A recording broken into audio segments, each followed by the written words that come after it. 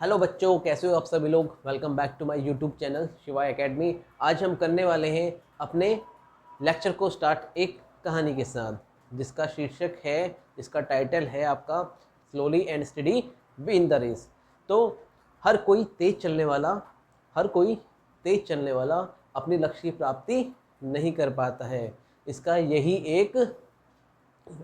यही शीर्षक है कि जो अपने लक्ष्य को पे जिसका फोकस होता है, जो अपना धीरे धीरे अपना वर्क करता रहता है, जो अपना कार्य करता रहता है डे बाय डे, वही अपने लक्ष्य को प्राप्त कर सकता है। ठीक है, जैसा कि आपने एक कहानी सुनी होगी खरगोश और कछुए की, जिसमें अंत में कौन जीतता है, जिसमें अंत में कछुआ जीत जाता है। ठीक है, तो अब हम सभी को ये पता है कि कछुआ और खरगोश में कौन तेज दौड़ता है। कछुआ और खरगोश में खरगोश बहुत तेज दौड़ता है। अगर हम किसका कंपैरिजन करें खरगोश के साथ, किसका कंपैरिजन करें, खरगोश का कंपैरिजन करें किसके साथ, कछुए के साथ। ठीक है बच्चों, तो मगर लास्ट में कछुआ जीत जाता है।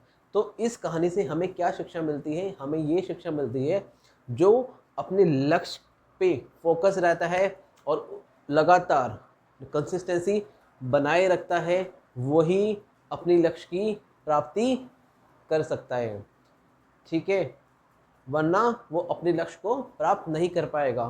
ठीक है, तो हमें डेली ठीक है, डेली ही अपने लक्ष्य की प्राप्ति के लिए कुछ ना कुछ उसके लिए काम करना पड़ेगा, तभी हम अपने लक्ष्य को प्राप्त कर पाएंगे।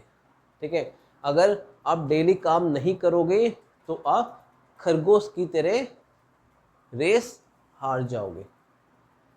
ठीक है बच्चों, समझ में आया होगा आपको, कुछ इससे मॉरल मिला होगा कि क्या बताना चाहते हैं। ये बताना चाहते हैं कि आपको अपने लक्ष्य की प्राप्ति के लिए फोकस बनाए रखना है, कंसिस्टेंसी बनाए रखनी है, पेशेंस बनाए रखना है, तभी आप अपने लक्ष्य को प्राप्त कर पाओगे। ठीक है बच्चों, अब हम करने वाले हैं अपने लेक्चर को स्टार्ट, जो है आज का हमारा टॉपिक कैपलर लॉ। ठीक है बच्चों, ये है हमारा कैपलर का फर्स्ट लॉ। ठीक है, अब हम पढ़ेंगे कैपलर का फर्स्ट लॉ।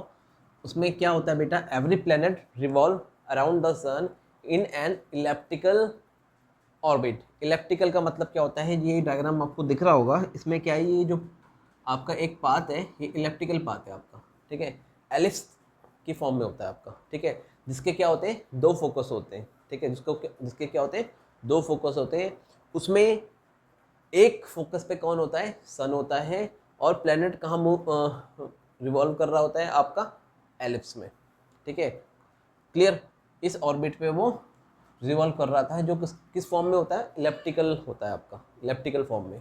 ठीक है, अब जैसे इसमें क्या बोला है आपका, और जो सन होता है, the sun is situated at one foci of the ellipse.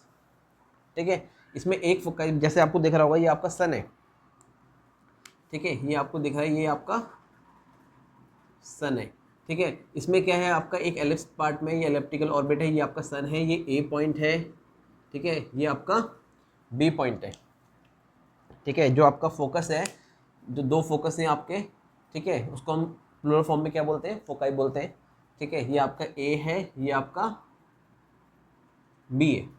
ठीक है, और ये होती है आपकी मेजर एक्सिस होती है, बड़ी वाली। ये जो छोटी वाली होती है वो आपकी कौन सी होती है, माइनर एक्सिस होती है। ठीक है, जो छोटी वाली होती है माइनर होती है, बड़ी वाली मेजर होती है। और जो ये प्लेनेट है आपका, ये प्लेनेट आपको दिख रहा होगा, ये रिवॉल्व कर रहा है आपका, कहाँ पर रिवॉल्व कर रहा है, इलेप्टिकल ऑर्बिट में रिवॉल्व कर रहा है। ठीक है, तो ये बताता है, ये किसने बताया था, ये कैपलर साइंटिस्ट ने बताया था। ठीक है, तो उन्होंने क्या बताया था कि जो आपका सन होता है वो एक फोकाई पे होता है। ठीक है, और प्लैनेट कहाँ रिवॉल्व करता है, इलेप्टिकल ऑर्बिट में रिवॉल्व करता है। क्लियर। इसमें जो आपका अगर सन ए पॉइंट पे है, आपका ए फोकस पे है, जो आपका नियरेस्ट पॉइंट होगा, तो जैसे इसमें मैंने आपका एक्स दिया है, ये आपका एक्स है। ठीक है बेटा, ये क्या है आपका एक्स। ठीक है, ये है आपका वाई। ठीक, तो x जो होगा उसको हम बोलेंगे, क्लोजेस्ट पॉइंट है आपका x, उसको बोलेंगे पेरीहीलियन, और फारदेस्ट पॉइंट होता है आपका y, ये होता है एपीहीलियन। ठीक है बच्चों, ये था हमारा कैपलर का फर्स्ट लॉ। ठीक है, अब हम करेंगे केपलर का सेकंड लॉ। ये है बेटा हमारा केपलर का सेकंड लॉ, जिसमें क्या बताया गया है, जो ये एरिया है आपका, जैसे आपको जो एलिप्टिकल पाथ दिख रहा होगा, इसमें ये हमारा क्या है, सन है। ठीक है, एक फोकाई पे हमारा क्या है, सन है, ये वाला। ठीक है, ये हमारा सन है। इसमें ये बताया गया है कि जितना एरिया ये वाला है,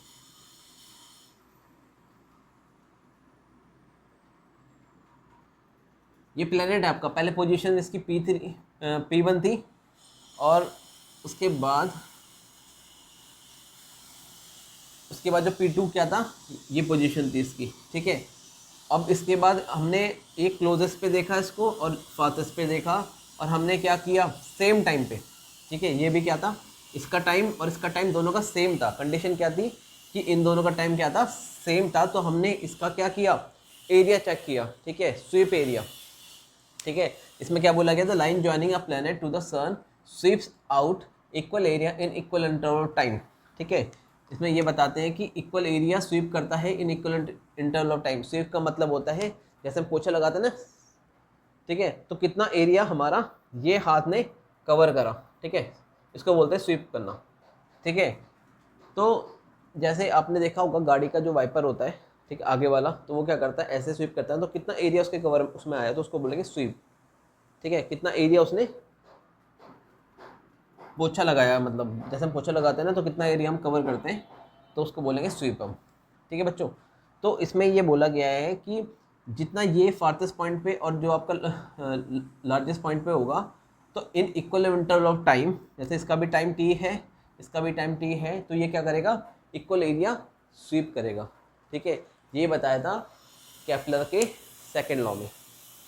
ठीक है बच्चों, अब हम पढ़ेंगे केपलर का थर्ड लॉ। ठीक है बच्चों, क्लियर। ये आपको बस जस्ट आइडिया दे दिया कि होता क्या है केपलर का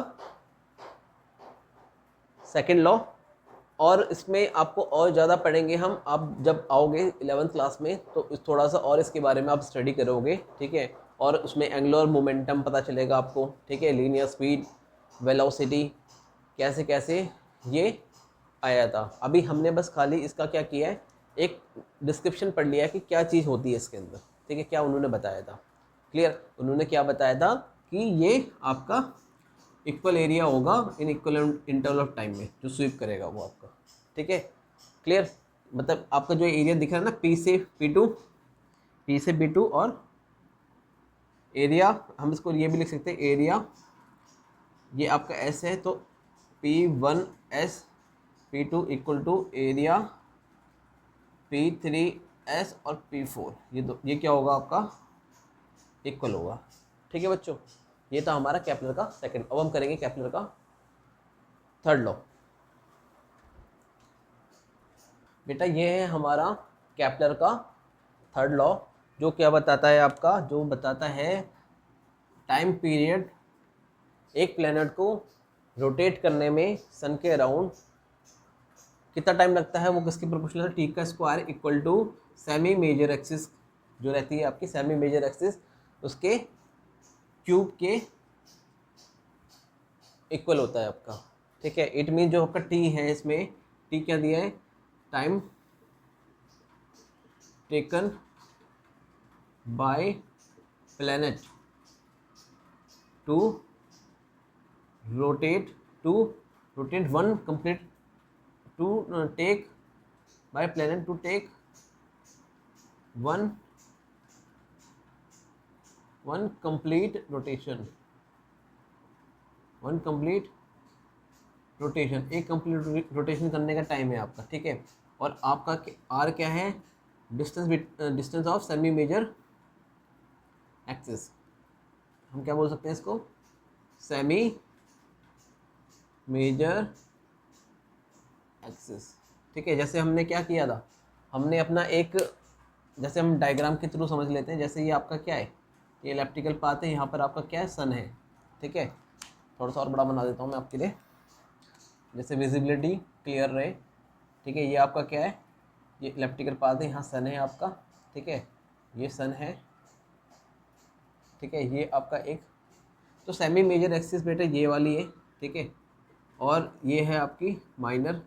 क्लियर, ये माइनर है, ये सेमी मेजर है, ये वाली जो है आपकी सेमी मेजर एक्सिस है, सेमी मेजर एक्सिस। ठीक है, और इसमें जो एक प्लेनेट को रिवॉल्व करने में ये जो टाइम लग रहा है ना सन के अराउंड एक रोटेशन करने में, तो वो है आपका टी। ठीक है, और इसके अकॉर्डिंग कैप्टन ने जो अपने एक्सपेरिमेंट के थ्रू ये पता किया था जो टाइम का स्क्वायर होगा वो सेमी मेजर एक्सिस के क्यूब के बराबर होगा। इससे ये पता चलता है कि देखो अभी सपोज करो ये प्लेनेट आपका कौन है, जुपिटर है, मरकरी है आपका। ठीक है, मरकरी वीनस अर्थ होता है ना, तो यहाँ पर आपका अर्थ आ रहा है। ठीक है, सपोज करो ये आपका इलेप्टिकल है, यहाँ पर आपका यहाँ सन है आपका। ठीक है, तो अब इसमें ये देखो कि इसमें जो टाइम लग रहा है आपका, ठीक है, अब इसमें जो टाइम लगेगा वो हमारा क्या होगा, एक्सिस बढ़ गई हमारी ये वाली। समझ में आ रहा है आपको? इट मीन्स अगर मैं इसकी बात करूं अर्थ की, तो अर्थ क्या होगा, उसका जो इलेप्टिकल ऑर्बिट का जो पाथ होगा वो ज़्यादा होगा एज़ कम्पेयर टू मरकरी। ठीक है, तो मैं इसको इतना बड़ा बना सकता हूँ ना। ठीक है, ये आपका सन है यहाँ पर। ठीक है, अब जो ये हमारा अर्थ है इसको यहाँ से यहाँ रिवॉल्व करने में जिसको टाइम लगेगा वो किसके बराबर है, इसके जो ये आपका जो मेजर एक्सिस है ना, मेजर एक्सिस है। ठीक है, ये मेजर एक्सिस है, ये सन है यहाँ पर। ठीक है, तो जितना ज़्यादा दूर होगा उतना टाइम हमें ज़्यादा लगेगा। इट मीन्स जैसे आपने देखा होगा या आप सर्च भी कर सकते हो नेट पे, मरकरी का जो रोटेशन टाइम होगा वो कम होगा। ठीक है, और मरकरी वीनस का थोड़ा उससे ज़्यादा होगा, अर्थ का उससे ज़्यादा होता है। अर्थ का कितना होता है 365 या 366 डेज होते हैं। ठीक है, एक रोटेशन करने में जो अर्थ को टाइम लगता है सन के अराउंड। तो वो किसने बताया था, वो बताया था हमारे केपलर सर ने। ठीक है, कि जो टाइम पीरियड है, जो टाइम लगता है वो किसके क्यूब, जो क्यूब है ना आपका किसका, सेमी मेजर एक्सिस का क्यूब के बराबर होता है। ठीक है, जो टाइम का स्क्वायर होता है वो किसके बराबर होता है आपका, किसके प्रोपोर्शनल होता है, किसके प्रोपोर्शनल होता है, किसके प्रोपोर्शनल है, सेमी मेजर एक्सिस के क्यूब के प्रोपोर्शनल होता है। ठीक है, इट मीन्स ज़्यादा टाइम लगेगा अगर आपका डिस्टेंस जो होगा सन से ज़्यादा होगा।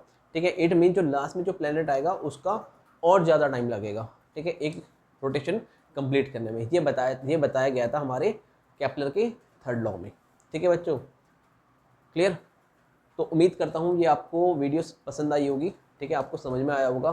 ठीक है, और लाइक एंड सब्सक्राइब करना ना भूलें। ठीक है बच्चों, मिलते हैं हम अपने नेक्स्ट लेक्चर में नेक्स्ट टॉपिक के साथ। ठीक है, क्लियर? तो आशा करता हूँ आपको ये चीज़ें समझ में आ गई होंगी। Thank you.